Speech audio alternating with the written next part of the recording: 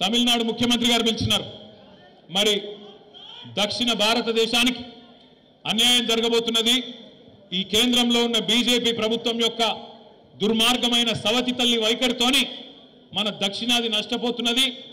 జనాభా నియంత్రణ పాటించిన పాపానికి 1971లో ఆ రోజు అప్పుడున్న కాంగ్రెస్ ప్రభుత్వం కేంద్రంలో వాళ్ళే చెప్పినారు, హమ్ దో హమారే దో అనే నినాదం ఉండేది. చాలా మందికి తెలియదు చిన్నపిల్లలకు. కానీ ఆ రోజుల్లో హమ్ దో హమారే దో అంటే జనాభా బాగా పెరిగిపోతుంది, అరికట్టాలి, తగ్గియాలి, కుటుంబ నియంత్రణ ఆపరేషన్లు చేయాలని టార్గెట్లు పెట్టి ఊరూరికి క్యాంపులు పెట్టి దేశ జనాభాను కంట్రోల్ చేయాలని చెప్పి భారత ప్రభుత్వమే కుటుంబ నియంత్రణను ఆ రోజు ముందుకు తీసుకొచ్చింది. మరి కుటుంబ నియంత్రణ బాగా పాటించిన రాష్ట్రాలు మన ఉమ్మడి ఆంధ్రప్రదేశ్, ఇప్పుడున్న తెలంగాణ, ఇప్పుడున్న ఆంధ్రప్రదేశ్, తమిళనాడు, కేరళ, కర్ణాటక ఈ రాష్ట్రాలేమో పాటించినాయి. భారత ప్రభుత్వం చెప్పింది కదా, మంచి పనే కదా, దేశం జనాభా తగ్గితే దేశం ముంగటపడుతుందట, ముందుకు పోతుందట, అభివృద్ధి జరుగుతుందట, మనకిద్దరు పిల్లలే ఉంటే దేశానికి మంచిదట అని చెప్పి దేశభక్తులుగా భారత ప్రభుత్వం చెప్పిన మాటను పాటించింది దక్షిణ భారతదేశంలోని రాష్ట్రాలు. కేవలం దక్షిణ రాష్ట్రాలే కాకుండా ఇంకా కొన్ని ప్రగతిశీల రాష్ట్రాలు కూడా, ఒరిస్సా కావచ్చు, పంజాబ్ కావచ్చు, ఇంకా కొన్ని రాష్ట్రాలు కూడా, పశ్చిమ బెంగాల్ కావచ్చు, పాటించినాయి.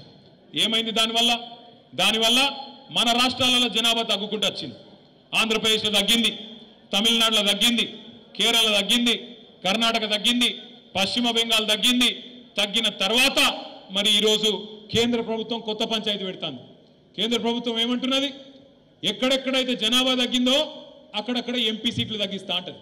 ఎక్కడెక్కడైతే ఎవడైతే నీ మాట వినకుండా పిల్లలు కనుకుండా వేయండో, ఎక్కడెక్కడైతే జనాభా పెరిగిందో, ఉత్తరప్రదేశ్లో, బీహార్లో, మధ్యప్రదేశ్లో, రాజస్థాన్లో వాళ్ళు జనం ఎక్కువ ఉన్నారు కాబట్టి ఎంపీ సీట్లు ఎక్కువ చేస్తా, మీరు తగ్గినారు కాబట్టి మీకు తక్కువ చేస్తా అని చెప్పి మోడీ గారు ఇలా మన మెడ మీద డీలిమిటేషన్ అనే కత్తి పెట్టబోతా ఉన్నాడు.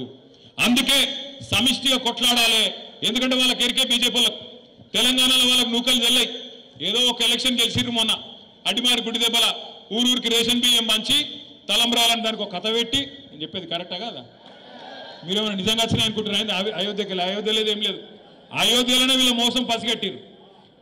అయోధ్య ఎక్కడైతే రాముల వారి గుడి కట్టినరో అక్కడి ప్రజలే వీళ్ళు మోసగాలని గుర్తించి అక్కడనే వీళ్ళని ఓడగొట్టి ఇంటికి పంపించారు బీజేపీ వాళ్ళని. కానీ వీళ్ళు తలంబ్రాలు తెచ్చి అందులో మనకు కూడా సెంటిమెంట్ పూసిరు.